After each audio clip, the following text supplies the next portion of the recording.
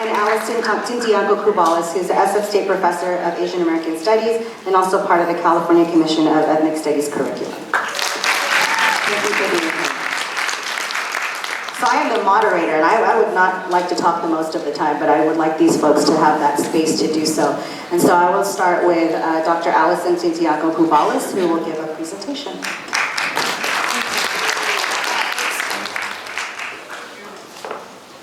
When I say ethnic, you say studies. Ethnic studies. Ethnic studies. Thank you. It's been so quiet. Yeah. We were allowed people. We are allowed people.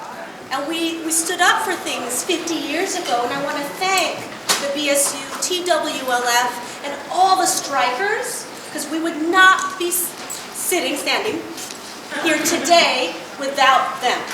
So can we give them a round of applause?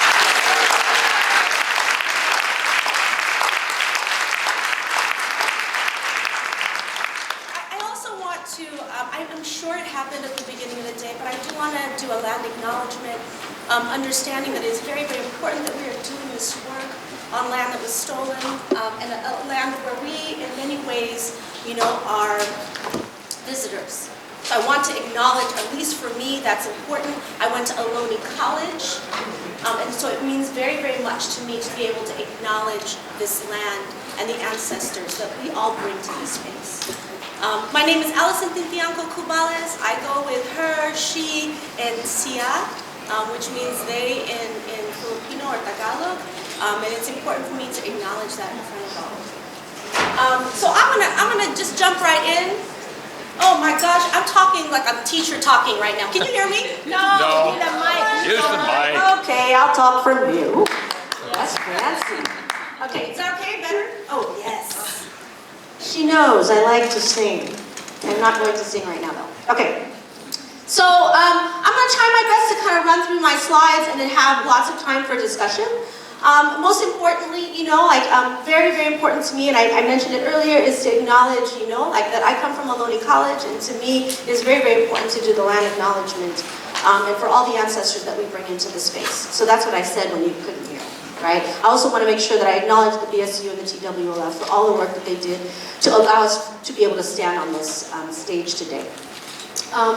Okay, so quickly, just so you know my background, I'm here at San Francisco State. I've been here for 19 years. I started here in 2000, so I've been a professor here for 19 years, a full-time professor. But most of us who are professors in the College of Ethnic Studies do other things. And so for me, I was also a collaborator in developing Pinay and Pinoy educational partnerships, which we call PEP. I think Rod talked about it earlier. Arlene is also one of the directors of PEP, and basically it is, I've been told not to use the word pipeline because it's very colonial, so I'm going to use the word river. River from kindergarten all the way to college.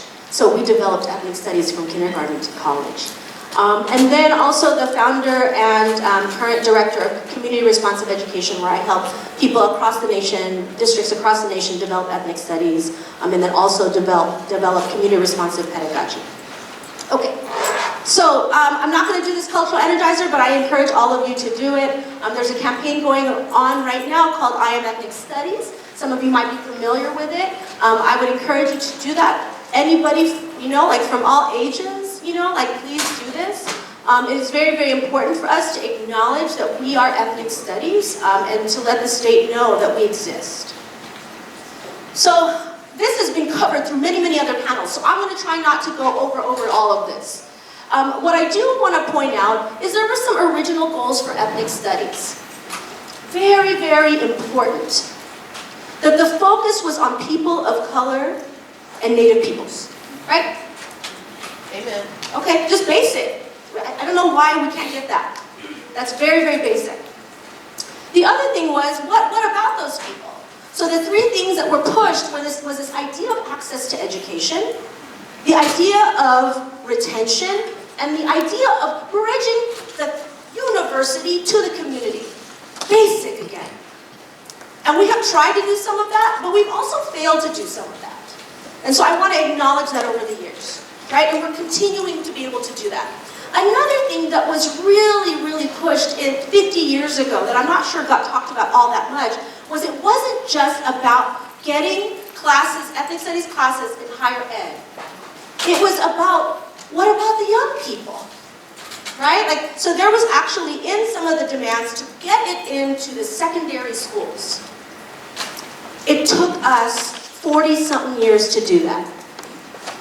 So in this 50th anniversary, we're here to talk about this model curriculum and also the possibility of getting ethnic studies in every school. Like, that's one of our goals. At least that's my goal. I shouldn't say we. That's my goal. Okay. So I just want to acknowledge that. That doesn't start today. That started 50 years ago. And we need to acknowledge that that was at the very, very beginning. They were already asking for these things, actually demanding these things. But not all of them were fulfilled. Just some highlights about what's happened over the 50 years in terms of research. We now have research that says that ethnic studies works. That ethnic studies works specifically to boost academic achievement.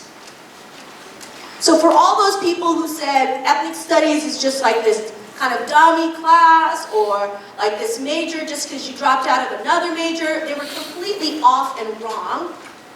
That actually, ethnic studies can increase grade point averages, can increase attendance, right? And particularly for those who participated in the 9th grade course in ethnic studies in San Francisco Unified, you can notice that they actually started to increase credits earned. Beyond ethnic studies is only 6 credits. Right? So like they have increased 23 credits, which means they are taking other classes and actually graduating from high school. And so very, very important, and I don't know if he's in the room, but Art Nelson Concordia, is he here? Is he? That dude right there. And he is one of the most amazing teachers in the world. Best amazing teacher in the world. I said the best amazing. That's weird. Okay. Anyways, Art Nelson Concordia, like a lot of this data can be attributed to his classroom. So if you're interested in figuring out how to make ethnic studies work for K through 12, you got to talk to that dude right there and his team. Okay? Cool. So some other things that ethnic studies has impacted is also mental wellness, emotional wellness. So there are new studies talking about young people and what they're gaining in our ethnic studies classrooms. Saying over and over again, it's working. Specifically for all students, not even just the ones who are marginalized. So very, very important that particularly taking ethnic studies classes impacts self-esteem, self-concept, and self-determination. Self-determination should be very familiar because they talked about that 50 years ago. And then talking about this notion of mental wellness. There's a bunch of new studies coming out in dissertations and articles around mental wellness. And then talking about civic and community engagement, like our young people are more and more active after they take an ethnic studies class. And then this idea of a commitment to cultural perpetuity, that we're not going to let our cultures die. Ethnic studies has this impact on young people. And that's why we fight for it. And that's why we've been fighting for it for the last 50 years. My best friend, the late Dr. Dawn Mabalon, amazing, amazing scholar, she left us with some essential questions on what ethnic studies is. Some pretty basic questions. What do you learn in ethnic studies? This idea that you learn about who you are. So ethnic studies answers the question, who am I? The second question is, what is the story of my family and community? And the third question is, what can I do to make a positive change and bring social justice to my community and the world? And when an ethnic studies class is successful, it addresses those things. I'm not saying every single ethnic studies class is doing that, and so I would encourage you, if you're teaching ethnic studies, that those questions actually become essential to your work. So some of the work that I do is around ethnic studies pedagogy. And I try to talk about pedagogy in 4 ways: purpose, context, content, and method.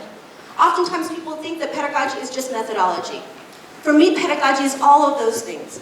And so I'll start off just saying ethnic studies pedagogy is extremely important to talking about ethnic studies curriculum.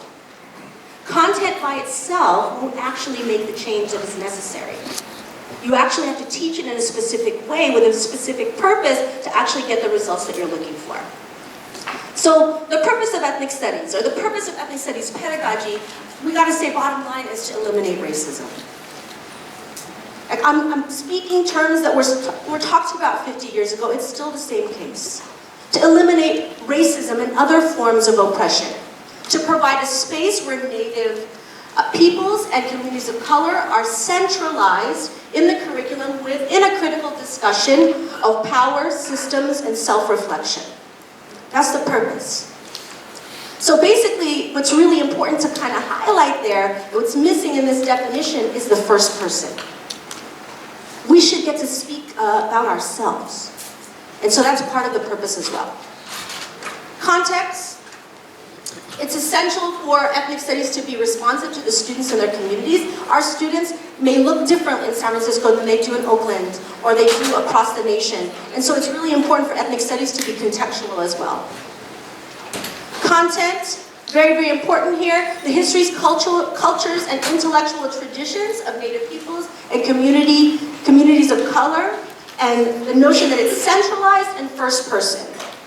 And then, method. We can't make this stuff, I watched my language this time, stuff, we can't let this stuff be boring. So it's really, really important for us to really make sure that we're engaging students in this work all the time. Okay? So, lastly, just so I can transition into the next piece, three of us on this committee served on the Ethnic Studies Model Curriculum Committee for California. Art Nelson was actually one of the writers of the curriculum, that 600-page document. Really, really important is that the main focus is to pay homage and honor to what the strikers were pushing for 50 years ago. That is the central beginning of the curriculum. And what that means is the focus is Native peoples and people of color. That's the main focus. We are now having to fight for that. But that's what it originally meant. It makes no sense that we're having to fight for something that we actually created ourselves. And so, I'm just going to leave it up there and, for a little bit. These are the guidelines that are in the curriculum. And these are the things that we are fighting for. And if you're interested in getting the full curriculum, you can reach out to me, or you can reach out to one of our colleagues here, and we can get that to you. But very, very important is that ethnic studies, 50 years ago, was fighting for the same things. Now, we put 600 pages to that language, right? But we're fighting for the same things. So, thank you, everybody.